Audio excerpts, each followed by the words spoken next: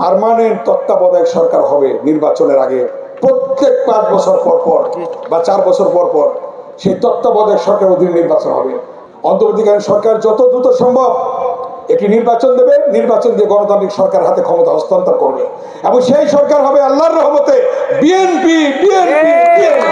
দীর্ঘ 16 বছর তারেক রহমানের নেতৃত্বে আন্দোলন হয়েছে এবং অনেকে গুম হয়েছে। ইলিয়াস আলী গুম হয়েছে, চৌধুরী আলম গুম হয়েছে, সুমন গুম হয়েছে, অনেকে গুম হয়েছে, অনেকে মৃত্যুবরণ করেছে, অনেক শত শত মানুষ মৃত্যুবরণ করেছে। সর্বশেষ ছাত্র জনতার আন্দোলনের মধ্য দিয়ে তাদের রক্তের বিনিময়ে আমরা নতুন বাংলাদেশ পেয়েছি।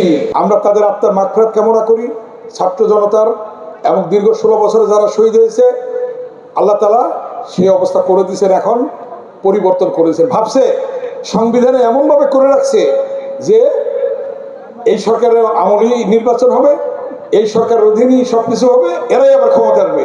কিন্তু আল্লাহ তাআলা এটা পরিবর্তন করে দিল না, করছে কিনা?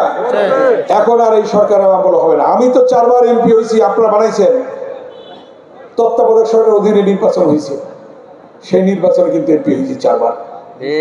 আগামীতেও অন্তর্বর্তীকালীন সরকার অধীনে নির্বাচন হবে। আমরা অন্তর্বর্তীকালীন সরকারকে সহযোগিতা করতে চাই।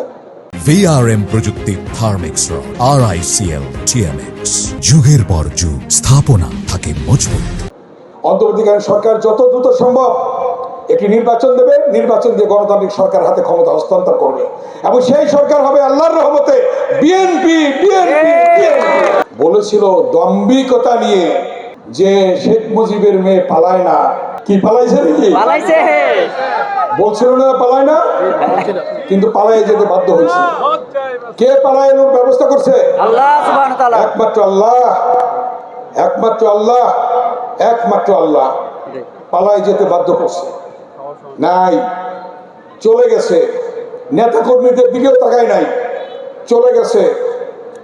মাথা পালাইছে কিন্তু লেজ কিন্তু পালায় নাই, লেজ কিন্তু এখনো রয়ে গেছে। অতএব লেজ সম্বন্ধে সতর্ক থাকবেন।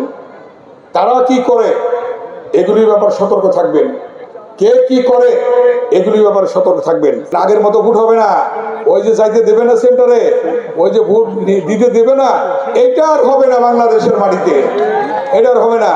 নতুন করে যে নির্বাচন সংস্কার কমিশন হয়েছে, সেই নির্বাচন সংস্কার কমিশন তারা বিভিন্ন রিপোর্ট দিয়েছে। তার সেই রিপোর্টের মধ্যে একটা রিপোর্ট আছে, একটা গুরুত্বপূর্ণ জিনিস, যে পার্মানেন্ট তত্ত্বাবধায়ক সরকার হবে নির্বাচনের আগে। প্রত্যেক 5 বছর পর পর বা 4 বছর পর পর সেই তত্ত্বাবধায়ক সরকার অধীনে নির্বাচন হবে। সবার সমান অধিকার থাকবে, কেউ সেখানে আপনাদের আর বাধা দেবে না, কেউ গোল করে বসে থেকে আপনাদেরকে দাবর দেবে না, কেউ আর আপনাদের উপর অত্যাচার করতে পারবে না, কেউ আপনাদের উপর মিথ্যা মামলা দিতে পারবে না, কেউ আপনাদেরকে গায়েবী মামলা দিতে পারবে না, কেউ আপনাদের জেল খাটাতে পারবে না, কেউ আপনাদেরকে ঘরে থাকার যে ব্যবস্থা ছিল সেই ব্যবস্থা নষ্ট করতে পারবে না। আপনারা ঘরে থাকবেন, শান্তিতে থাকবেন, সুন্দর থাকবেন, নিজের কাজ করবেন, ব্যবসা বাণিজ্য করবেন, চাকরি করবেন, সব কিছু করে আপনারা সুন্দরভাবে এই কেরানীগঞ্জকে সুন্দরভাবে পরিচালিত করবেন।